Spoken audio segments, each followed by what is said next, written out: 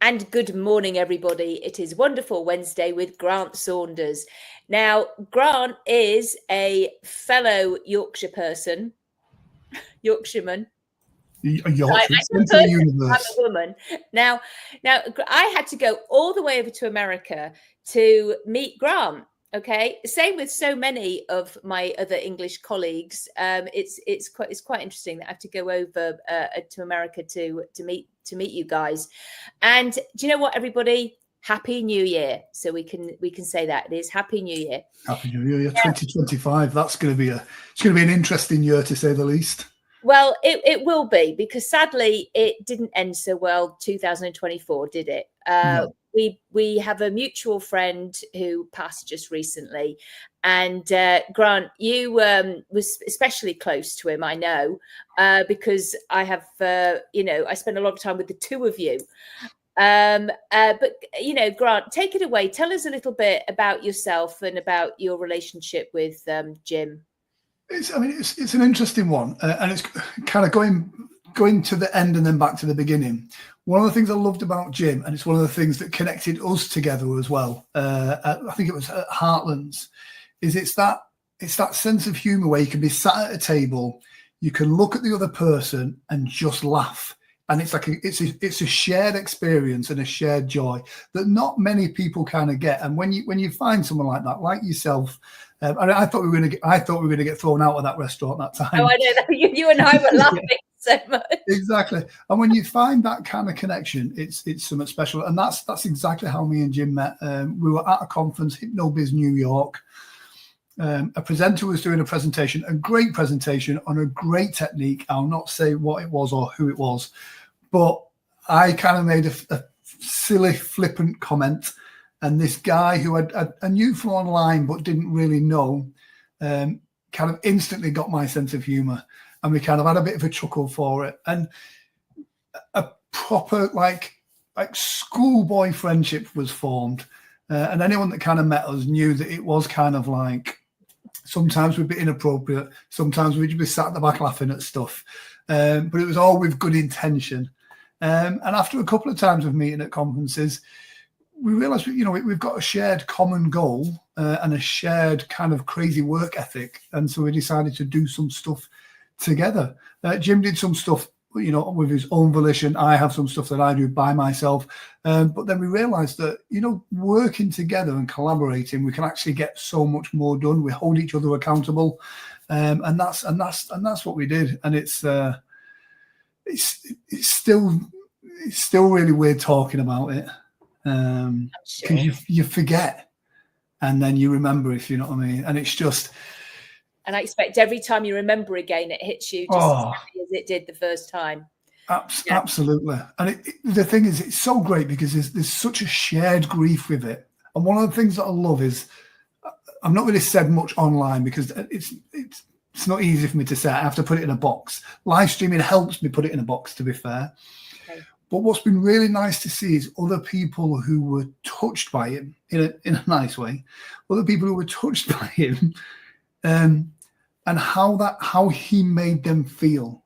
Yeah. And it's so nice that there's lots of people that had a genuine, their lives were made better by knowing Jim. Absolutely. And that's, if there's a life's purpose to be had, it's exactly that. If you can go and have so many people going, I didn't just know Jim, it felt like Jim knew me and brought the best out of me. You know what I mean? That's better than any gold records, anything like that. It's just it's the best thing. He had a gift of making people feel special and heard, and that they were important. Yes, we talked about it, and especially in the performance hypnosis world, and again a little bit in the hypnotherapy world, but not as much.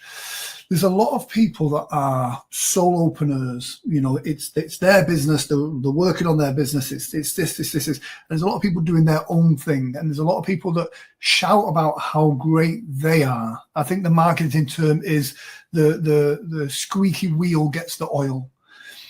And me and Jim kind of talked about it. And Jim's philosophy was, do you know what? If I can raise you up, then that's helping me. it's not about how great I am. It's about how can I show other people how great you are? And then that way you're going to do better and you're going to feel supported and loved. And it's going to help you do your purpose, your role so much better. And that's one of the things I loved about him. He definitely made me feel better and helped me work harder and elevate me. And so, yeah, he had a very special gift in that. And it's so rare in all fields, not just the hypnosis world, but it's so rare to have a business person who is also about raising up other people, even other competitors, who would still help raise them up. Yeah, well, because in my opinion, we're not in competition. It's exactly because everybody finds their own people. Yeah. I must admit, people say to me, "Why do you have so many hypnotists on?" I go, "Because we're not in competition." Yeah. And I like to meet people and learn about how they work, because we all work differently, and we all have help our own kind of people. Will gravitate to those people. I can see his book, and I've got it. Yes. Look at that as well. Hardback. I've got the floppy copy. I'm sure there's a tablet for that. You'll be pleased that mine's the hard one. This is just terrible. I can't go anywhere with you. Yeah. I remember that night so well in that restaurant, and Jim was like sitting there looking at us going, "You're seriously laughing over that?" And we're like, going, yeah. It was so weird. Like, yeah, Jim obviously he gave me a copy of his book, but obviously because again he is a friend, I also wanted to buy a copy of his book as well. And so it was. I know his book was something that he'd been working on for years. And again, as creators, as authors, as teachers, and whatever it is that we do, there was something magical about getting that book finished. And I know it was on his back for years. It is brilliant. Anybody, I tell you, get this book. It is funny, and I'm reading it the way he spoke it. But it tells you some big hard truths in here. Oh, it was so weird because Jim sent it to me. He wanted me to write the foreword, and he said, "I'm going to send you my book to read it." And I didn't read it for ages because, and you'll know this, we have colleagues that send us books, and you start reading them, and they're a little bit like, "Oh, this is hard work," and how do I critique it? All of that. And I put it off, and I put it off, and I put it off, and I put it off, and eventually I started reading it. I'm like, "Oh, this is actually a really good book." And I remember ringing him up going, he went, "You've read it, haven't you?" I went, "I have, how can you tell?" He went, "I just know." I went, "Do you know what, Jim?" I went, "It's a really good book." And so, especially for people like me that sometimes need that kick up the arse a little bit, I know the work I should be doing. And most importantly, I also know the work that I'm not doing, and I'm finding other stuff to do to be busy. So I think that I'm doing the work. And that's why that book really does help. Oh yeah, no, I encourage everybody to get it. I mean, it's a keeper, and you can just delve into it as well. But it is also funny because he says it from the way he has engaged with life. It's about his story, and because he's such a humorous person and so humble, if you like, so he's vulnerable in this, and he's telling it the way it really is. And actually, I mean, I just thought it was so funny the way he was saying, I had all these goals. I wanted to be a guitar player. I wanted to do this. I wanted to do, and all these big set goals. And it wasn't, he goes, none of that was for me, though. It was just to impress women. Yeah. He's not wrong. And it's just like, so many people just go, yeah, okay, so why am I doing that thing? That's why you don't really want to do it, because actually it's not for you. Yeah. So it's find out what it is for you. But it's a cool anyway, just get the book. There was so many mannerisms that made Jim. And I mean it's a personal story, but they've had the viewing at this place of Brest this afternoon, and it was brought up that somebody wished that they'd brought one of his "Damn, I'm Pretty" stickers. And his wife ran out to the car to get one, and they put it on his chest in the casket, if you know what I mean. And it's just that's exactly what it was. The first time you'd meet Jim, he would give you that "damn, I'm pretty" sticker, and he would explain the story behind it. And again, it's in the book. If you follow any of Jim's stuff, you'll know. But it's such a great thing of, it's not about ego. The "damn, I'm pretty" was not about ego. It's about the story that we tell ourselves, and how that affects us. And I've learned so much from that man. Yeah. And it is so true, because we set up that belief system. So if you actually remind yourself and you tell yourself a good story, I say that to my clients all the time. We're the movies we play in our heads. Yeah. So always play a good movie, and it's like, and tell yourself a good story. And if you just see that, "damn, I'm pretty," that will always put a smile on your face. Absolutely.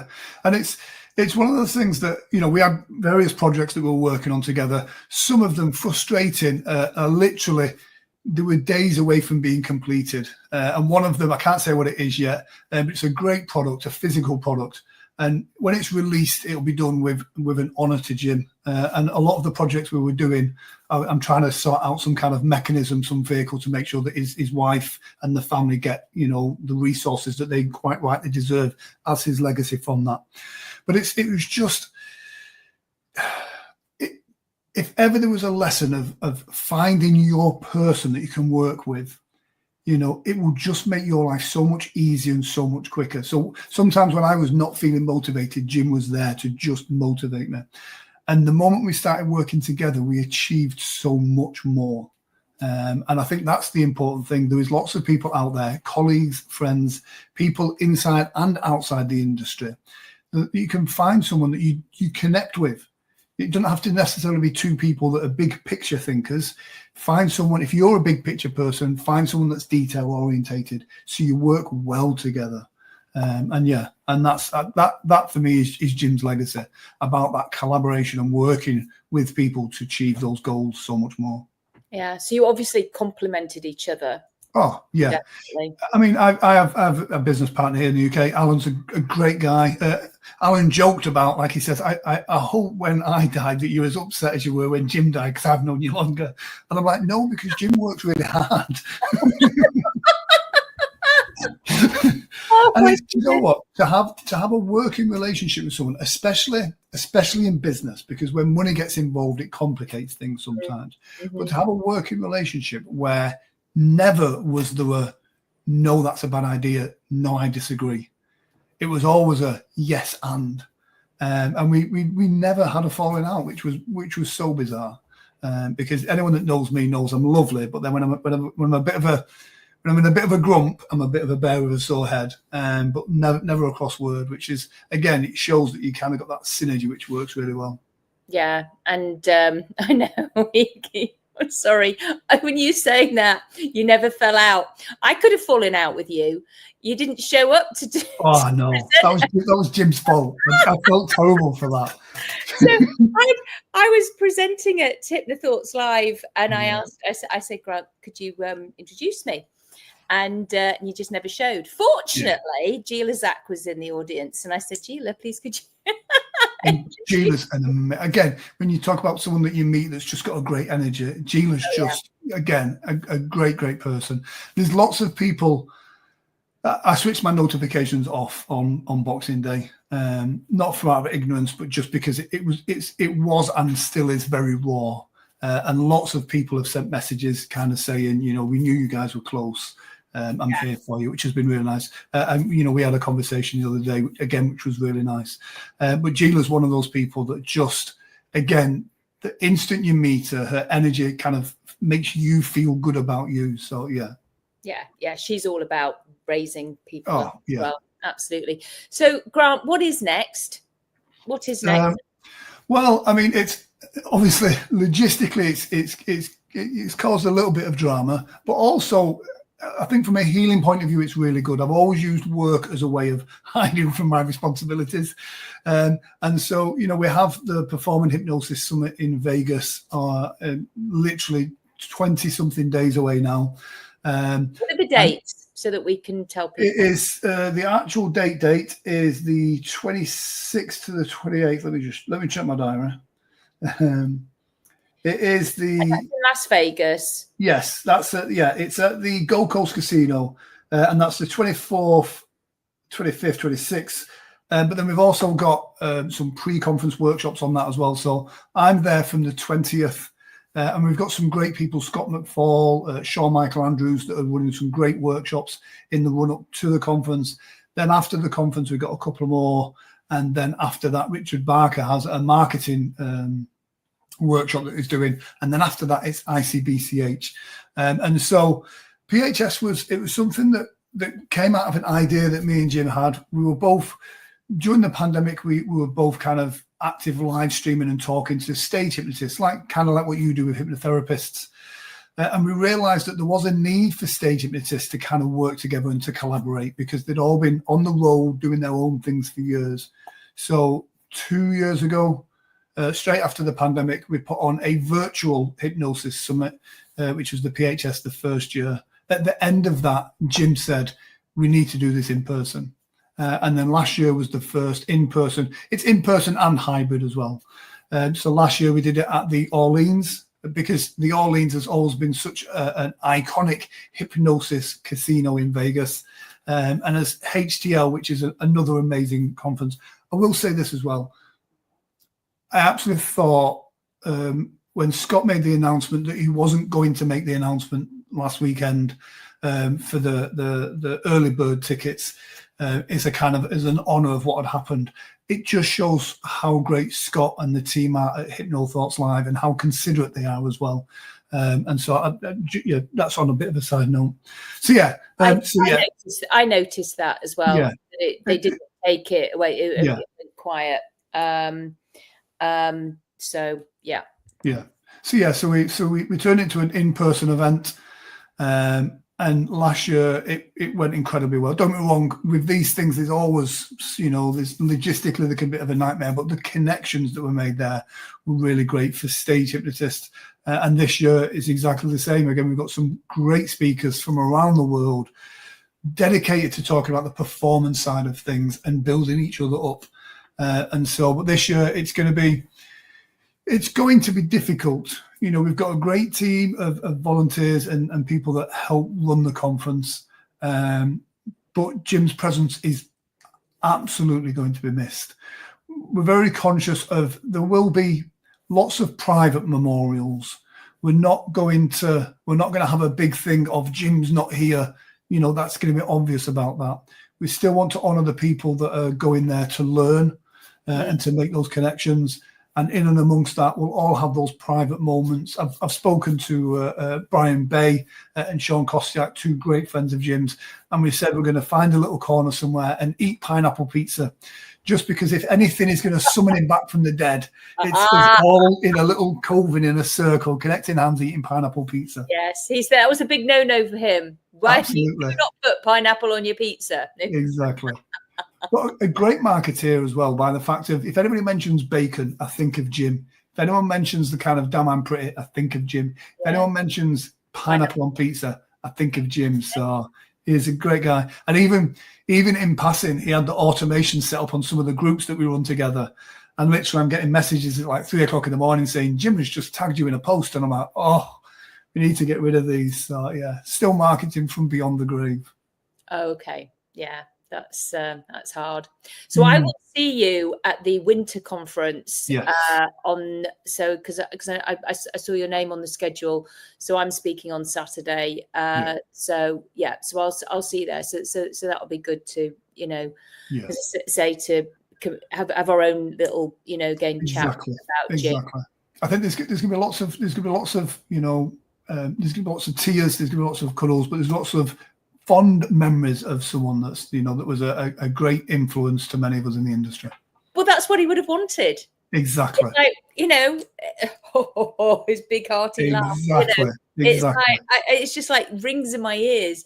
And then when I'm reading this, I'm reading so many of it of this in his voice, and it's so and it kind of makes you feel closer. Because I think that's what it's about. How can we honor this person with every step I take? Well, I'm reading your book. I'm inviting everybody to get the book because it will change your life. It will help you. And it's a great book from a great man. It will make you a better person for reading it. But most importantly, it's also a great way that you can support his family and his wife. That you know, her world is rocked. I can't even imagine what she's going through. And they had such a close relationship with adventure days and everything else. And so it's a great way that you can kind of honor that, if you know what I mean. And so I know part of my purpose going forward now is, although Kellner and Saunders is more complicated now, it will still exist as a vehicle that I can honor Jim to his wife for as long as I possibly can, because he transformed my business and my life. And if I can help make her life a little bit better, then I can do. And if anyone wants to do that, then buying the book is going to help that. So yeah. Absolutely. And we'll put the link in, you know, so that people can get that easily. Yeah. So yeah, it's hard. Thank you for coming on. You know. Do you know what? Thank you for inviting me. Weirdly, I have my Monday motivation. I have a stream on Mondays. I couldn't do it. I set it up. I scheduled it. I was ready to do it. I've set it, and I'm down by my camera, and I just couldn't do it. So I just stepped away. But when you asked, I kind of thought, you know what? If there's anyone that, you know, we can have a conversation and have a laugh, and it not be dark and spirally, then it was you. So thank you very much for having me on. And I think I've done really well to not cry. Yeah, you've done very well. I did bring some tissues just in case. Yeah. Oh, do you know what? It's the first, I think, because of the laugh we've had in the past as well. I think that really helps, if you know what I mean. And, you know, you kind of go into live streaming mode, which really helps as well. But yeah, it's what Jim would have wanted. He'll be sat somewhere now, chuckling to himself, and he'll be loving all the attention. Oh yeah. And what's better than that? There we go. Exactly. We all love a bit of attention. Exactly. So thanks for coming on, Grant. Thank and you, again, we'll plug this. You know, get your book. Get it. It is flop it or hard, whichever one you prefer. There is one available for you. Yeah. Your life sucks. Here's how, and it is the how to fix it. And which is what I don't mind saying I'm all about, is like giving people the how, because people just don't know. Exactly. So again, thank you for watching, everybody. Happy New Year to you. And it's goodbye from me, Claudia Ricard, and it's goodbye from me, Grant Saunders. Take care. Right. So take care, everybody. Have a wonderful day. Have a wonderful year. Bye. Oh, I haven't pressed it yet.